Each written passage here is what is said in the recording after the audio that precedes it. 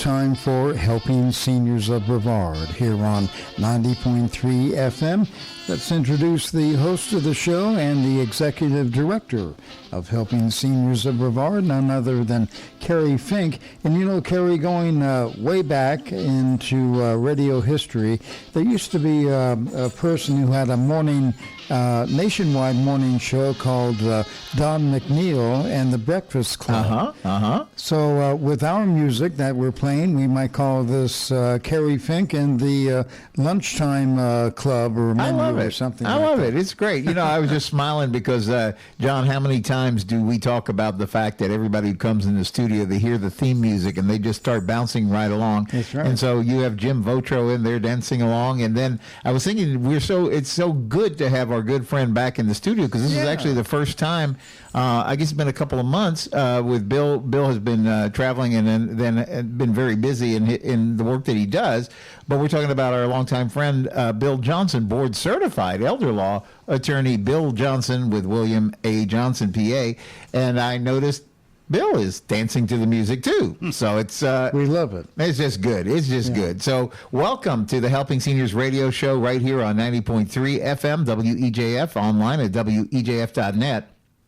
And first of all, welcome back, Bill. Oh, thank you, Kerry. And I got to tell you, I'm all excited because we literally just ahead of this radio show got a chance to be over at the American Muscle Car Museum.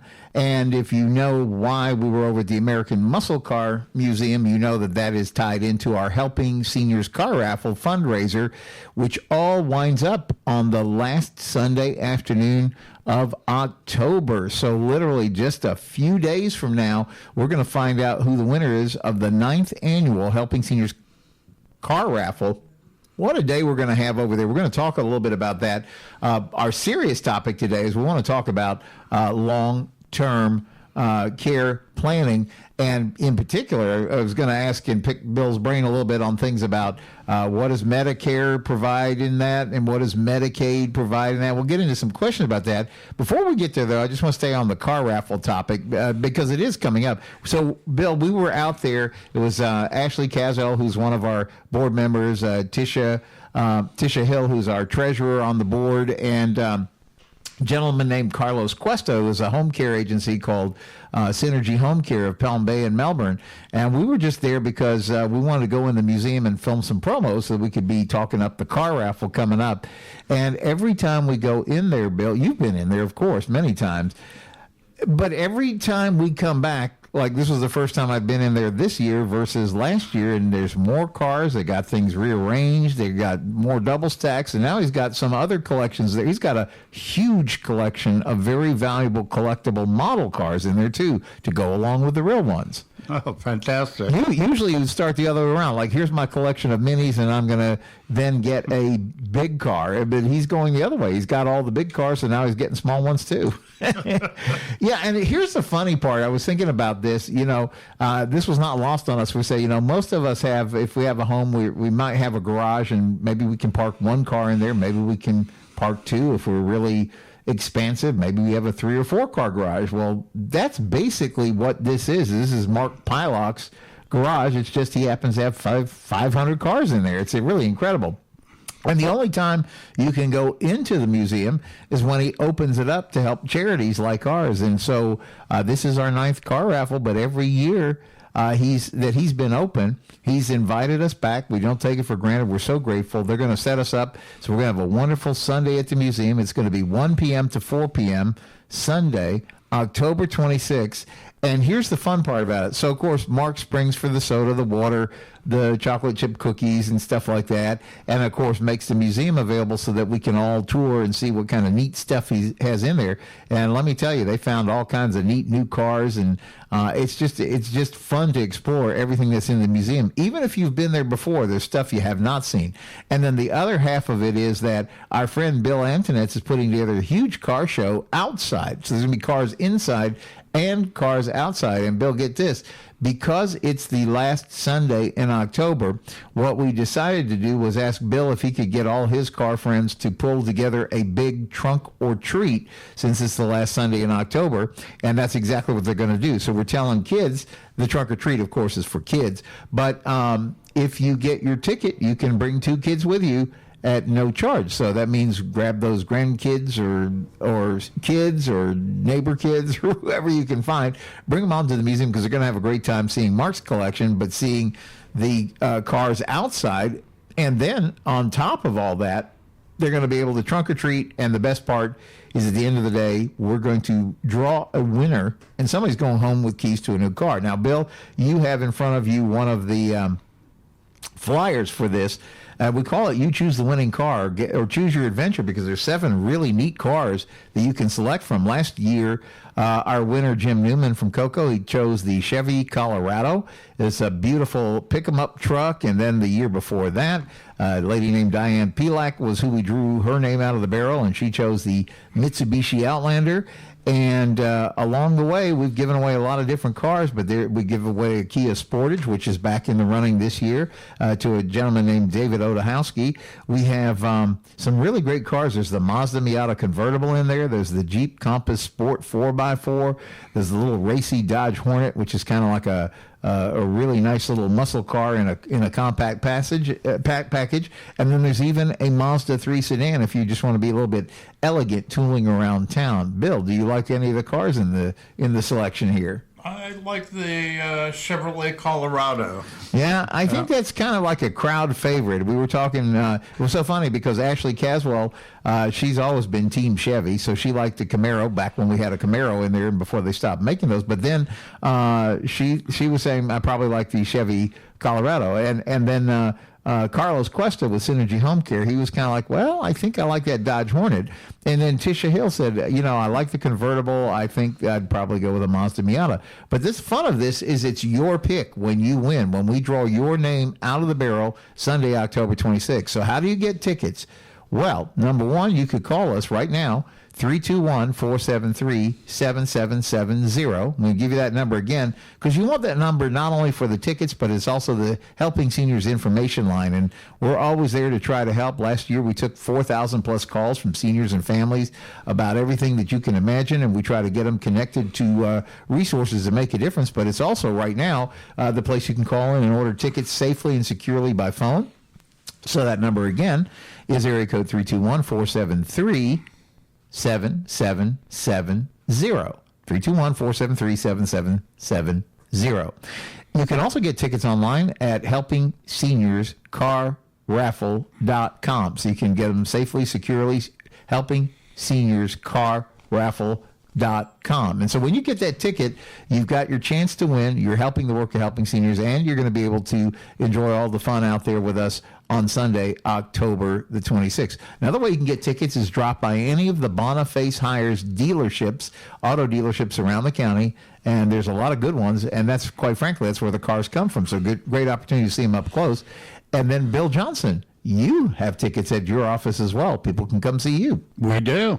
So with that, we'll park the cars for just a moment, and let's get into the real topic of today's radio show, because I remember when we were emailing talking about what would be good to talk about, and I thought this is a great topic because, first of all, on the Medicare world, everybody's getting their mailbox jammed with stuff, like you got to pick your new plan for 2026, and we've been doing a lot of seminars there at Joe's Senior Resource Center. Vicki Moore with Moore Insurance Solutions is a top independent licensed agent, and she's been giving a lot of seminars to say, a couple of things. Number one, whatever you had last year, don't just assume it's going to work the same the new year, because there's lots of changes going on, and you really need to sit down with somebody who knows how to navigate what the pluses and minuses of all that are.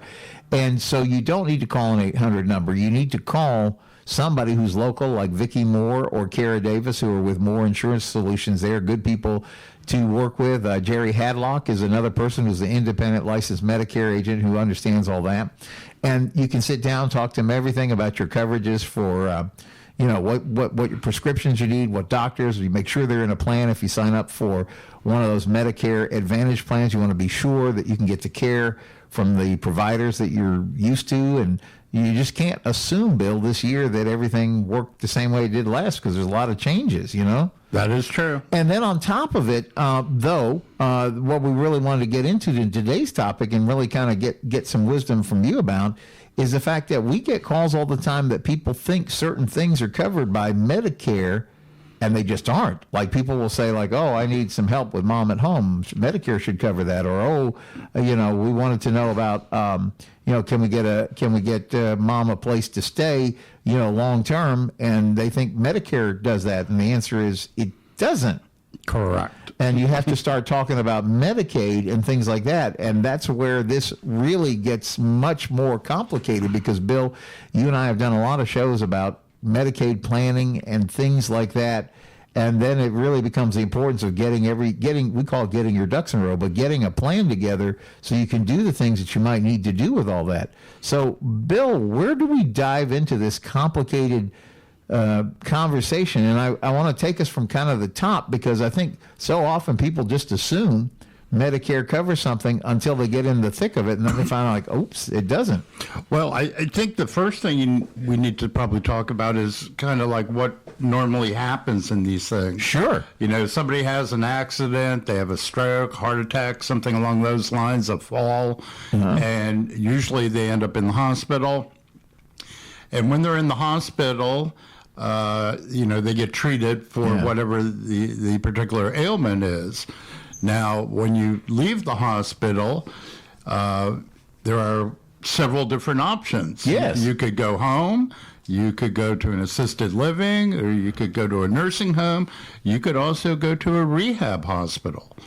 And there is even an acute care hospital, too, here. Yes. So there are, and depending on where you go, depends on how things get paid. So, for example, let's go with the stroke. You have the stroke, and you decide that when you get discharged, you want to go home. You can have Medicare bring in rehabilitative services to the house.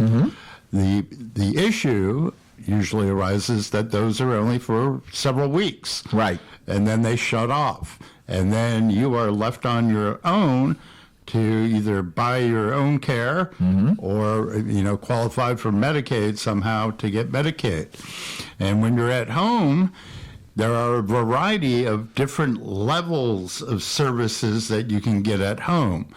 You can get something called homemaker companion services, where they are just going to, tidy up and cook and clean, that kind of thing. Not really anything medical. Right. Then you could get the medical level of services, and usually those are supplied by either a nurse registry or a long-term care company that does skilled nursing services. Right. The difference between those two is a nurse registry, the people who are giving you your care do not work for the company. Right. A nurse registry is more like a matchmaking service. Yeah. And everybody's an independent contractor, and they match the people to the people who need the care. The danger with that is those people who are doing the care may not be insured, licensed, or bonded. Wow. Whereas with a home care company, those people are part of the company. They're employees. Yes. And they are usually all licensed, bonded, and insured. So there's a difference there. So you can pay out of your pocket. It can get very pricey depending on how much care you need. So you can pay out of your pockets, one way of doing it. Long-term care insurance is another way that you activate your policy, it pays for it. And the third alternative would be getting Medicaid. And there is a Medicaid benefit in Florida that does provide for services at home. Again, as you mentioned earlier, Medicaid is means tested, so you have to meet their income and asset test and some other qualifications before you can get Medicaid. If you're a veteran, there is a benefit called aid in attendance that you might be eligible for. That is also means tested. So you have to meet their income and asset level testing too. A little thing I picked up the other day is if you are registered with the VA clinic, you can actually have a doctor there write a script for you to get home care. Yes. And that home care will come out to you free of charge. Yes. And so that's a wonderful alternative but again, you have to be a veteran to get that. And a lot of veterans aren't registered with the clinic. Yeah. And if you've had a stroke, it may be too late to get you out to the clinic to register. If you're looking at assisted living, again, you're back to, how are we going to pay for it? Right. And that is either there is a Medicaid benefit that can help you with that. There is that VA aid and attendance again that can help with that.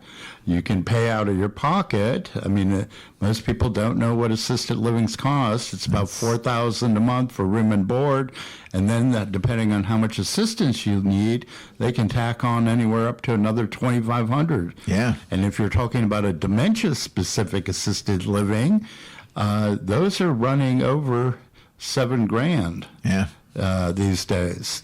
So there's a lot of, money that you would have to be able to pay out of your own pocket for any length of time. Yeah. And then, the third alternative is you might have to go to a nursing home. Now, when you go into it, if you've had a 3 midnight stay at the hospital, which means you have to have been admitted. Not just observation. Yes, and nowadays I can tell you, the emergency rooms are filled with people who have been there for days under observation. Wow. That does not count as being admitted. Yeah. You actually have to be admitted and have a 3 midnight stay. Then if you go to the nursing home, your Medicare Part B coverage will pay 100% of days 1 through 20, and then there's a copay. I think it's about $185 for days 21 through 100. If you have a supplemental policy, that will pick up the copay, or if you have TRICARE for Life, that'll pick the copay up too. Reason I spend the time on the nursing home is because most of the rehabilitation services in this county are done at nursing homes. Yeah. That is why Medicare covers that. But after 100 days, Medicare shuts off. Yeah. And you're not guaranteed the 100 days. You have to be participating in the rehab. So then you're looking at either paying that bill on your own if you have to stay there, and they are running probably over $13,000 at this point a month. Or again, qualifying for Medicaid. The VA benefit helps, but it's not going to cover the whole bill. Right. And long-term care insurance, if you're lucky to have that, depending on what your daily rate is, may or may not cover all the bill as well.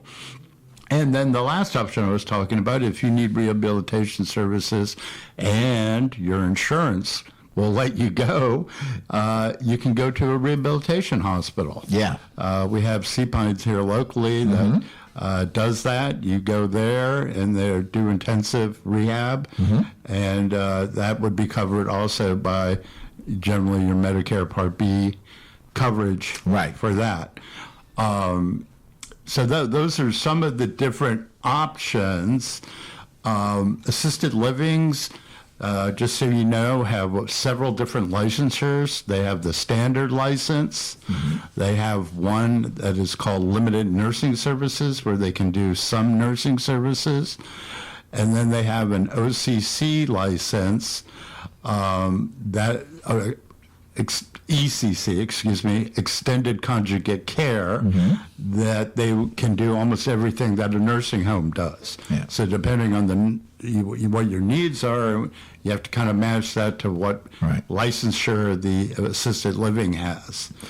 Well, there's a lot to know there, Bill, in all of this. And, I think the question that usually pops open the conversation is just what you said. There's been some big event now, things are totally different, and this is the first time maybe the families are coming to grips with the fact that stuff is going to be quite different than it was before. And because of that, two things come into play. There's an assumption that Medicare just covers this stuff, which it does not, which is where the whole conversation about Medicaid comes in.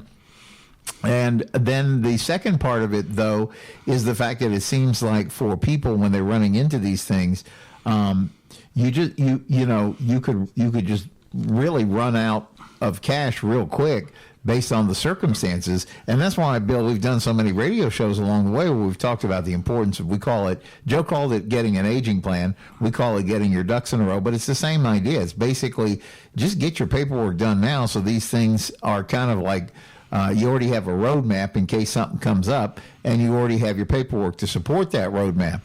So, because it really is the fact that, for many people, it just becomes this shocking thing, like, oh, I thought this was covered, and it's not.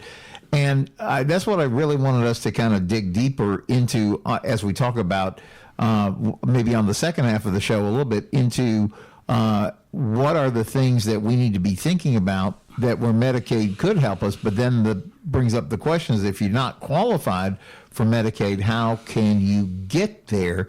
Because again, I guess point from the first half hour to take away is Medicare isn't really going to help you dramatically with any kind of long-term care. We got to look at other things. Am I saying that right, Bill? You are, and we also should talk about hospice. Yes. Go into a little bit about how hospice works and hospice houses. No, I agree. So we're talking with board-certified elder law attorney Bill Johnson, law firm William A. Johnson, has a great book out. I never can remember the title. I just remember the content of it is that it helps you understand some of the concepts that we're talking about. You can always get a copy in the Boomer Guide because you publish it there, but it's also available on your website, floridaelderlaw.net. And then you're always doing educational things like at One Senior Place and things like that. How do people reach you if they want to call? They can reach us at 321-253-1667. All right, and we're going to continue this conversation on the second half of Helping Seniors Radio coming up in just a moment. Once again, here's the host of Helping Seniors of Brevard and the executive director. I like to call it our BOGO, or Daily Double, none other than Kerry Fink. Hi, Kerry. Hey, John Harper. Thank you so much.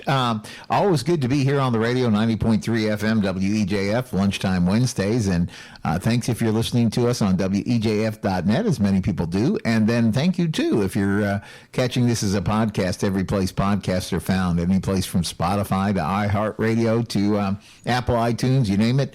Look for Helping Seniors Radio. We're going to be there. And the reason we're going to be there is because our mission as a Florida nonprofit is to connect seniors and their families to resources that inform, educate, and connect them in a way that's going to advance the quality of life and just the good things that can happen by knowing ahead of time where you're going.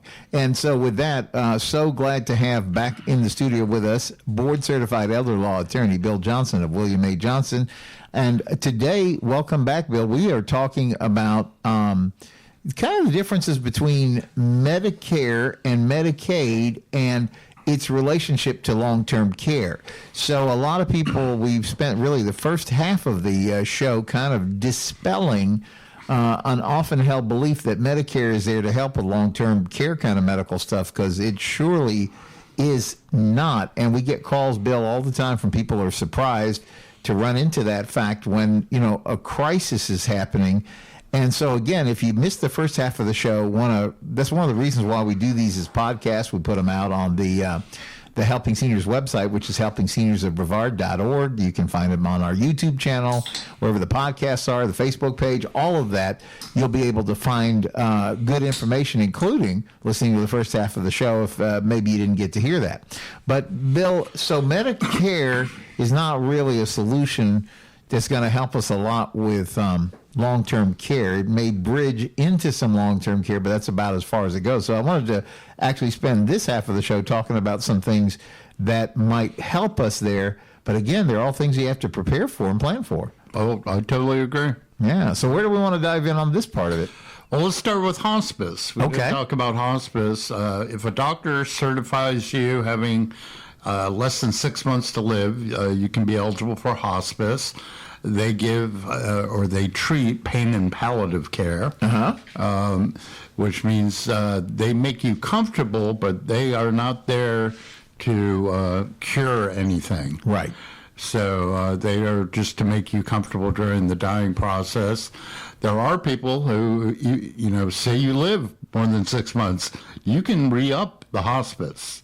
Yes. You can still keep on hospice. It doesn't terminate. And I was going to tell you that I've actually heard more than one occasion from talking with a lot of the hospice companies that occasionally people will graduate from hospice for a very unusual reason, Bill. When I get to talking to them, I said that every hospice that I've ever talked to, people that work with them say, we wish people would call us sooner in the process. Because what happens is when the focus comes off of, we got to find a cure, but let's get, and becomes, how do we get the patient comfortable? Somehow, in many cases, that actually reduces the, I don't know what you would call it, either the stress level, the pain level. They get the patient comfortable, and the patient can actually kind of rebound a little bit. And then every hospice tells us the story about the quality of life is so much better, and it's not that unusual that somebody actually either extends the care or may even get elevated out of hospice, graduates from hospice. That's good to hear. Yeah. Well, it's kind of optimistic, but to your point, everybody says, from the hospice companies, why aren't people calling us sooner? Because that is pretty much a covered benefit. Now, hospice can be done in one of two ways. You can get hospice through Medicare, and also you can get hospice through Medicaid. I didn't know that. Yeah. So generally, most people, when you talk about hospice, that you're thinking that the person's going to be in their house and the hospice is going to come in, make them comfortable, and that. Now, hospice isn't going to do a lot of other things while they're there. Right. So, if the person needs some sort of medical, something medical done, they're not going to do that. Right. So we have people who definitely have issues that they need the services of a home health care agency or even a nursing home, even though they're on hospice. Right. And you can get hospice services at home, assisted living, or in a nursing home. But then that comes back to, how do we pay for the nursing home again? Or how do we pay for the care that's coming into the house? Maybe the homemaker companion services, because they're not going to cook and clean. They're just there to make the patient comfortable. And then we're back to, how do we pay for that? Now, what a lot of people don't know is a lot of the hospice companies here locally have hospice houses now. Yes. Where you can actually get a bed in these hospice facility, and they will do it all there. The only issue is there's not a lot of those beds available. But that's a wonderful thing, because now we don't have to worry about how we're paying for the room and board of a nursing home. And the services, because they're all covered in the hospice house. So then that brings us back to the question about, it sounds like a key component of this. We talked a little bit about hospice, but now we're really down to the conversation about Medicaid, because that does seem to be the go-to plan, if there's not a better plan about this about the long-term stuff, right?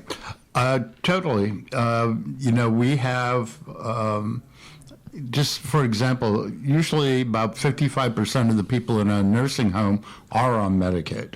Oh, wow. Yeah. Wow. I mean, that's how much it pays for long-term care everywhere. Again, like I said, it's means tested. The patient can only have $2,000 in assets, excluding house and car, and usually also excluding the IRA or 401k. The spouse can have, I think it's up to $159,000 now. The spouse can have assets too, but there are ways that you can move assets around to make yourself eligible without running afoul of their 5-year look back. Yeah, and this has to do, as we've done shows about that too, it also has to do if you're applying for some of these veterans benefits, the VA aid and attendance, they've got some sort of a period. And so, my takeaway is kind of like just the person on the street kind of viewpoint is, there's a lot of tripwires in all this. If you're going to qualify, you got to be careful that you don't make mistakes in getting set up, because it will delay. Like I know we've talked before, I know enough to understand that if you don't do your Medicaid planning correctly, they look in this look back period, and maybe you said, oh, I'm just going to sign the house over to the kids, or I'm going to donate a lot of my money to the kids because they were going to get it anyway after I'm gone. And then all of a sudden now it prohibits you from getting benefits because maybe you got your income down, but you did all this giving stuff and it wasn't done the right way. Correct. And for Medicaid, it's a 5-year look back. For the VA, it is a 3-year look back. So this is why, we always tell people, say, get your ducks in a row. And then the very next thing we say is, but don't try this on your own. Get to somebody who knows this territory, because again, it just feels like it's almost like filled with all these little traps. I know that's not the intention, but if you don't know how to navigate that terrain of applying for Medicaid or the VA aid and attendance, you might without meaning to, disqualify yourself. And so then at the very least, it's delayed while you figure out what caused the disqualification. Or worse, you get denied because you did for some period of time because you had gifted a bunch of stuff away or whatever. And what we're saying really is have a plan. Yeah. What is the plan if somebody has a long-term care event? Yeah. Is the family going to take care of them? Yeah. Are we going to have to get services? Are they going to have to move to assisted living or a nursing home? What is the plan? And then when you figure out what the plan is, then how do we pay for it? Yeah, and all these things I don't think people realize until they run into. And you and I have also had radio shows and TV shows along the way where we've talked about the fact that, two things happen. If you don't have a plan, the government has a plan, but it's probably not a plan that you would want or approve of. But the second problem with the whole thing is that if you do this ahead of time, you can do this economically and figure out and have sort of peace of mind and also an economic benefit of making these decisions early. Whereas a lot of times we've talked about the horror stories, people walk in your office because somebody just had a stroke, and now guardianship seems to be the only effective way that they can navigate through it at that point because the person can't speak for themselves. Yeah, and they haven't done any power of attorney or healthcare circuit. Right. So now we're stuck having to do a guardianship on top of having to try and get them applied for Medicaid. Yeah, and so really all of this stress and aggravation could be really put to the minimum if you take the time to figure this ahead. But let's talk about what Medicaid can do for you. So because I was hearing you mentioned several different things in the first part of the show. First of all, it sounded like you can get help through Medicaid with some care at home when that's necessary. It also could be your solution for getting help with the nursing home and things like that. What are all the things Medicaid can do?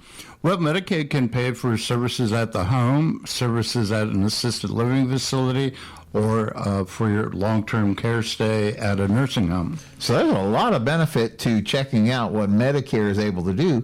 But again, that's Medicaid. I'm sorry. See, I just did that. We titled this whole program, What's the Difference? And this happens all the time, and you just heard me do it. I do the thing that people call up on the, well, Medicare, Medicaid, what's the difference? Well, apparently there is a huge difference, Bill. That's why we're talking about this today. So when we're talking about Medicaid, though, it really seems because of the nuances of what it takes to qualify, you've really got to navigate this carefully, and you want to do this well ahead of time. Correct. Or at least know, come in and find out what are my options. Right. One could be buying long-term care insurance. Yeah. Another option could be looking at your assets and seeing if we could do some sort of Medicaid plan that if one of you got sick, that we could get them enrolled. Yep. Sometimes it's moving the assets more than 5 years ahead of time. Yeah. And because if we move them 5 years ahead of time and then you get sick, they're not part of the look back. Look back, right. So that's where you can get creative with ideas, like you can look at what people own and help them figure out what's a safe way to do what they're doing, but that wouldn't preclude them from being effective for Medicaid. Correct. And even when I've heard you guys talk about a lot of stuff like, because it's not only what happens with the assets, but you've even we've done shows where you've talked about sometimes you can correct certain giving mistakes and things like that from time to time. And there's perfectly legal and above board ways to be able to do that. But if you're a person trying to do this on your own, you're not even going to know where to start. Correct. It's going to be way too complicated. Yeah, and then on top of it, we also have that income limit, and again, like you were just describing at the outset of the show, it's not just that they're going to look at your income, but if you're married, they're going to look at your spouse's income, and all those kind of things are all intertwined somehow. Well, for Medicaid, they only look at the patient's income. Okay. For VA, they combine the patient and the spouse's income. Okay. So different programs have different rules. Sure is a lot to keep up with, Bill, when you think about it. And this is one of the reasons why we say get your ducks in a row, go ahead and do your planning and get this stuff organized now. But this is also why we say don't try this on your own, because we've done whole shows, Bill. We've talked about the pitfalls of putting a relative on a home title, thinking that's an easy way to well, they're going to get the house anyway if I'm gone kind of mentality, but they don't realize that they've just set up all kinds of problems for themselves. And also remove the property tax cap. Yeah. Get reassessed for property taxes. Right. And then we've talked, and then the flip side is, well, I'm just gifting, to my kids because they're going to get my money anyway. And then that kind of precludes that person from being able to access the Medicaid benefits because the gifts are part of that look-back period. And by adding a kid's name to the title of your house, that's a gift. You just gifted. So there's so many things you got to be aware of. Bill, I guess one of the things, we talk about that you're very generous with your time. First of all, you take time out of your very busy schedule to help us do the radio show here. But also, you do a lot of education. You invest a lot of time and energy into doing these kind of seminars where you're giving people like a stroll through some of the things they need to be thinking of. That has to be very effective at helping people go like, I really need to get off the nickel and get this stuff going. And you do these like very frequently, like at One Senior Place and things like that. We do them monthly there. Yep. Yeah. So you probably, I know we've said this before, you could call your office or call One Senior Place. They're going to know, which seminar and what dates, but I assume you've got some coming up that would be very appropriate for the topic that we're talking about. What should they ask for if like they're calling your office or if they're calling? Oh, just ask for when either the Medicaid seminar or the estate planning seminar is. Okay, so those would be good. Those would be both good topics to attend based on kind of what we're covering on today.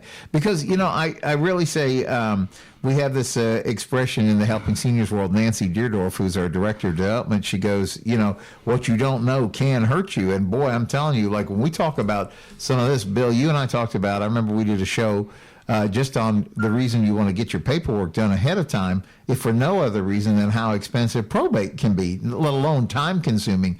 But you were talking like, I remember we talked just in that one little dimension that technically an attorney could pull 3% of the estate in terms of payment? Correct. And so if you, I remember we did this on the radio like maybe in the past year, and we said, well, so if somebody just has a house and an IRA and maybe it's $1 million worth of assets, well, that would be $30,000 potentially. Correct. On $1 million probate, it's $30,000. And you could make that number almost go to zero if you would just do your estate planning correctly, right? Because then you still have the benefit of all the properties. You're just not going to pay anywhere near that $30,000. Correct. So it's optional. Yeah. Why do this the hard way? Why do this the expensive way? But probably why it happens is because we don't get ahead of the nickel on this stuff. We wait until it happens. And it's too late. And we don't educate ourselves. Yeah. Yeah. So actually, it's so funny. I got some dates. Good. Help us. Yeah. October 21st at One Senior Place, we're doing a seminar on Medicaid, and then October 23rd.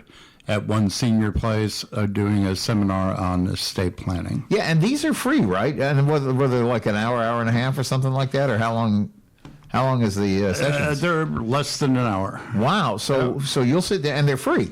Correct. All right. So you sit down for free. One Senior Place is a great location, right there, centrally located in Viera. You go in there, you invest an hour of your time. You're going to come out way smarter than you went in. And maybe you're going to follow up and save yourself what could be tens of thousands of dollars. I always joke, I said, we'll go clip that coupon. I guess nowadays we don't actually clip. We'll find a coupon online because we're going to save $5 next time we go to the grocery store. But we'll walk right past these topics that we're talking about, which from a family generational perspective is not $5. This is thousands, tens of thousands when you get it, the difference between getting it right and getting it wrong. Why would you not invest the time? So we all say in the Helping Seniors world, we call it getting your ducks in a row. We also call it don't try this on your own. Get a hold of somebody who's really good with this. But then the third part of it is just to what we were just talking about. Don't be an ostrich. Don't stick your head in the sand, because these things actually get worse with time, because you start to shut off options and things get expensive at that point, Bill. That is very true. So be the wise, what do they call it? The early bird. Be the early bird and do this the right way. And that's really, Bill, that's half of our battle, because we take the calls from people who call us, and we will try to help anybody at any time. And I know, the family walks in, there's been a catastrophic event, and somebody's laid up in the hospital and they're trying to sort this all out. You guys are there and on point and ready to help them do the best they can navigate. But your cost-effective options are very limited at that point, whereas if they come to you 30 days before this whole thing happened, probably a lot more could happen. That's very true, too. So the moral of the story is call today and find out if you can be in one of those seminars. So, FloridaElderLaw.net, that's your website, right? Correct. And then we're telling people if they want to learn about the seminars, they ought to check in at one senior place there in Vera, and it sounds like you have two good ones. The 20, if I remember the dates correctly, you said 21st and 23rd are going to be both good dates for the topics we're talking about. And they're both at 10 a.m. They're both 10 a.m. So I forget which day was which. One was estate planning. The other was... The first one was Medicaid on the 21st, estate planning on the 23rd. So for the topic we've been talking about today, the 21st would be good. Now, I'm just asking the question because I don't know.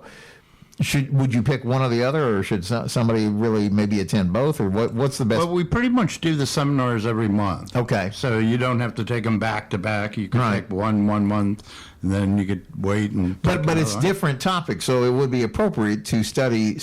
I would call it study, but you would attend both so that you could learn. Right. Because it's different subject matter, right? That is true. So definitely, we're talking again with board certified elder law attorney Bill Johnson with the law office, William A. Johnson, P.A. So be sure that you do that. Let's give that number in case somebody wants to call the office directly. It is 321-253-1667. And one more time. 321-253-1667. And let's give the address, because not only is it a great law office that you want to have in your book, but it's also a place you can pick up those Helping Seniors car raffle tickets too. And we're located at 140 Interlochen Road, Suite B, Melbourne, Florida 32940. Yeah. That's in the Suntree area. Yeah, so you run in there and you say, hey, I heard them yakking up all these car raffle tickets. I want to be in it to win it. And again, your time is limited on that part, Bill, because it's really around the corner. It's October 26th. It's a Sunday afternoon at the American Muscle Car Museum. Always such a fun event. Bill, you've been in the museum. You've seen all the cars that Mark Pylock has assembled. But you know what was funny, as I mentioned at the outset of the show, we were just there this morning. Well, Mark is expanding the collection so it goes well beyond cars. Like I mentioned before, he's not only got now a collection, I mean, we're not talking about Matchbox. We're talking about, you know how they have those high-end models of cars. So he's got, like, it must be hundreds of them. They're in beautiful glass showcases. You can see those. He's got everything from outboard motors to classic bicycles to a bunch of those, like, pedal cars that we grew up driving around as kids. There's so much to see and do at that museum. When he first opened up, he had like 250 cars in there, and now it's 500. Because every time we get in there, the cars are getting closer and closer together, and it's just absolutely fascinating to see. And again, as I go, it's his private garage, so really the only time you can go in is when he opens this up for a charity. And again, on the 26th, a Sunday afternoon outing at the museum, 1 p.m. to 4 p.m., you can check all that out. We're also going to have all those cars. We're calling it the best of the best of the best, sir, car show of Brevard happening outside that day. So you're going to find all these cars they're outside, and each of those cars, because of the last weekend in October, are going to be set up for trunk or treat for the kids. So you get your ticket. You maybe going to go home in a new car. You're certainly going to have a great time at the museum. You can bring kids for free and participate in the trunk or treat that's going on outside. It's really going to be a fun day, Bill. It is. It always is. So stop by Bill's office, get tickets. Stop by the Helping Seniors office, get tickets. Call us at 321-473-7770 and get tickets. 321-473-7770 and get tickets. Or you can visit right now online, safely and securely, get your tickets. HelpingSeniorsCarRaffle.com. HelpingSeniorsCarRaffle.com. Real quick, I just wanted to add, people say, are tickets available the day of? And the answer is yes.